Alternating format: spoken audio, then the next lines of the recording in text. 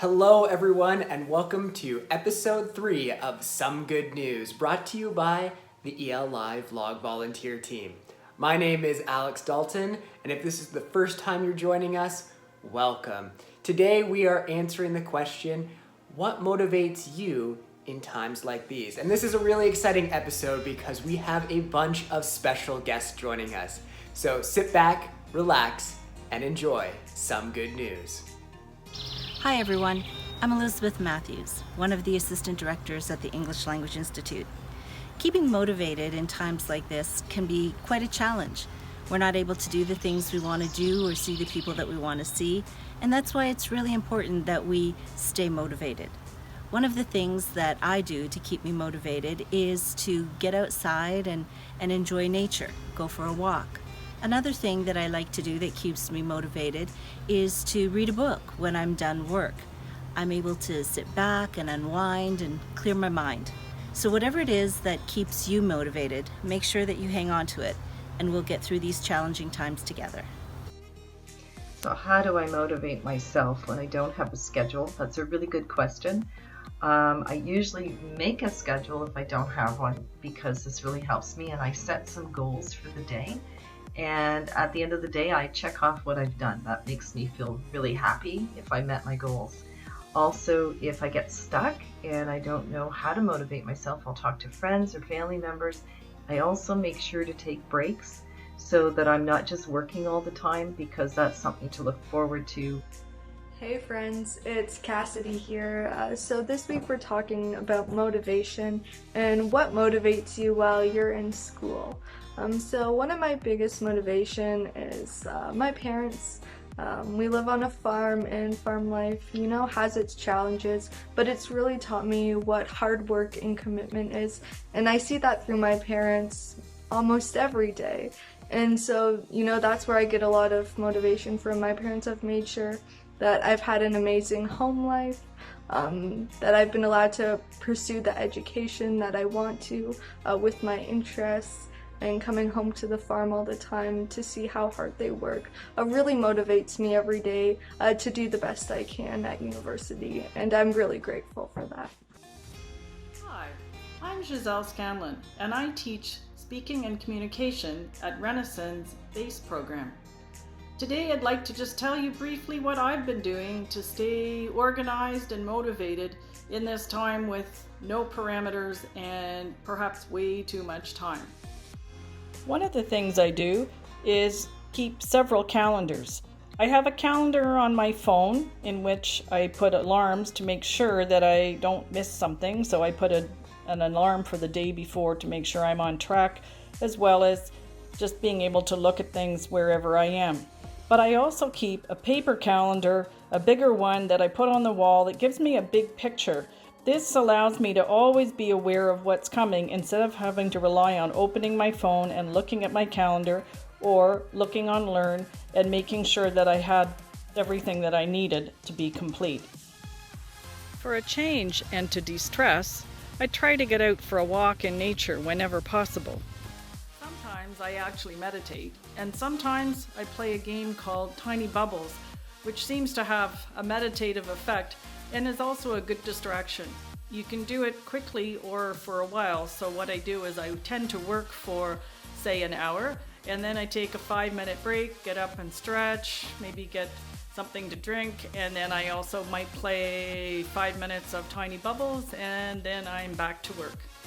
I think the key things are to have variety, make sure you reward yourself in a healthy way. Make sure that you have different parts of your day so that you're not just kind of working or studying, doing the same thing from whenever you get up until you go to bed, and then every day, 7 days a week. It's really important to have some change. It's good for your brain. It's good for how you're feeling about your studies, and it just makes life much more pleasant.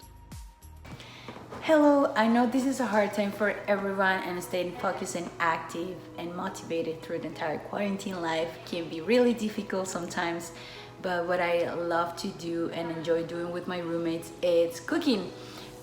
We love sharing our own dishes from our home countries and just showing that piece of culture to each other. It's really nice and a great way to bond too, and just like a nice way to get up and start the day. Something that I really love to do as well during this lockdown is exercising.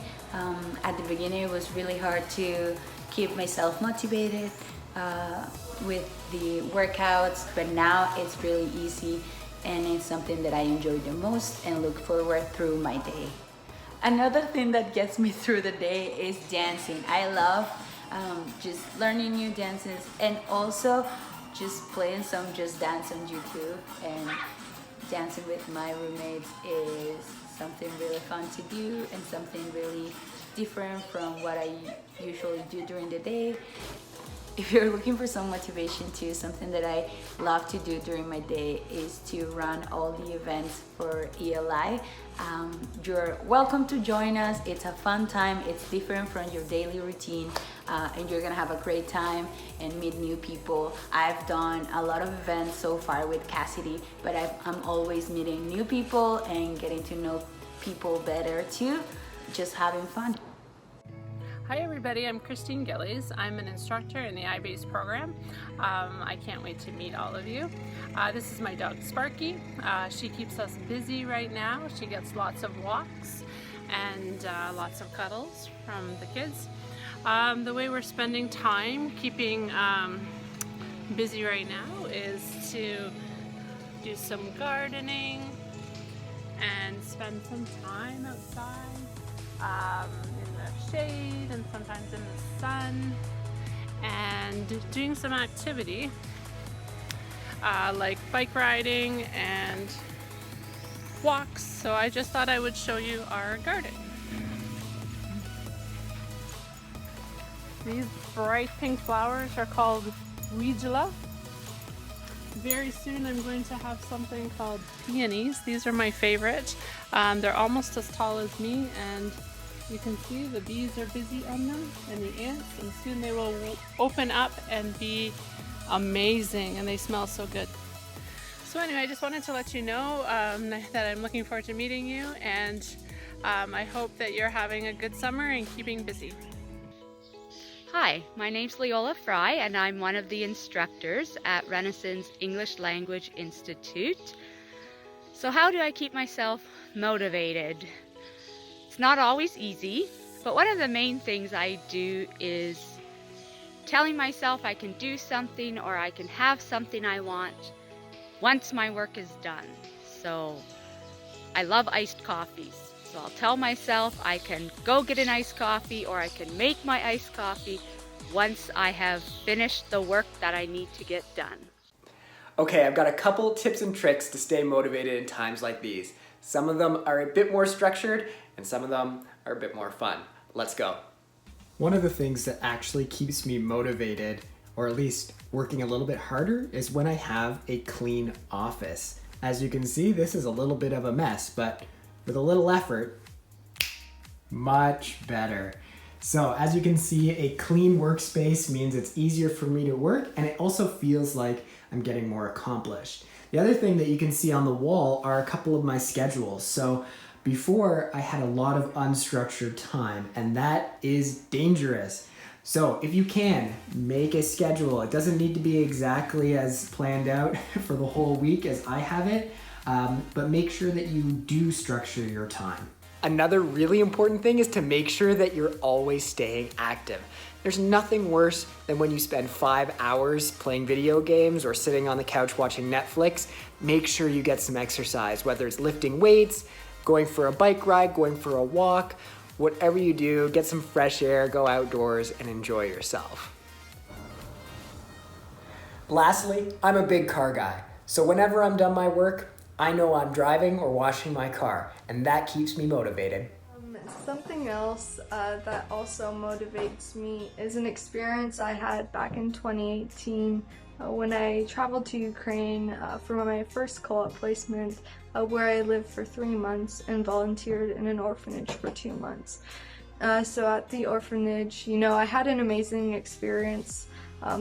But something that hit me really hard and something that I've struggled with ever since is that the orphanage has some of the brightest girls who are forced into the system. You know, this hasn't been a choice. Their parents were here and now they're here. But I know that if they had the same opportunities that I did, they could have a bright future, attend a great university, be successful. But I know that they will never get this opportunity, and it breaks my heart, and that's what continues to motivate me when it's really tough. Times are really tough, and I don't know if I'll get through this. I've learned not to take these things for granted. You know, when times are tough, there's often things we can learn from about in the situation. Or, you know, take the time to really reflect. And so, you know, education isn't supposed to be easy. It's supposed to make you think and critically think about, you know, the things that are presented to us. So I've learned not to take my education or the small things or anything in life for granted, because, you know, we're really lucky. I'm really lucky. Hi friends, my name is Ryan Connell and I'm the Student Experience Manager at the Renison English Language Institute. I want to share with you something that I think is really cool about being a part of our Renison community, and it's our big heart. We have a cause at Renison called the Maple Leaf Scholarship Fund.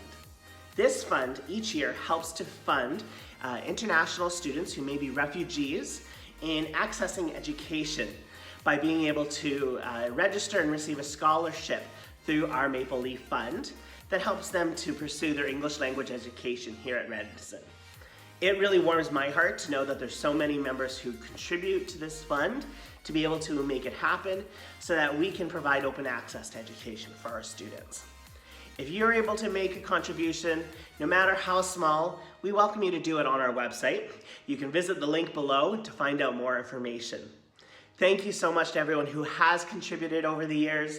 We're so proud that you're a part of our community and so grateful for your generosity. Thank you.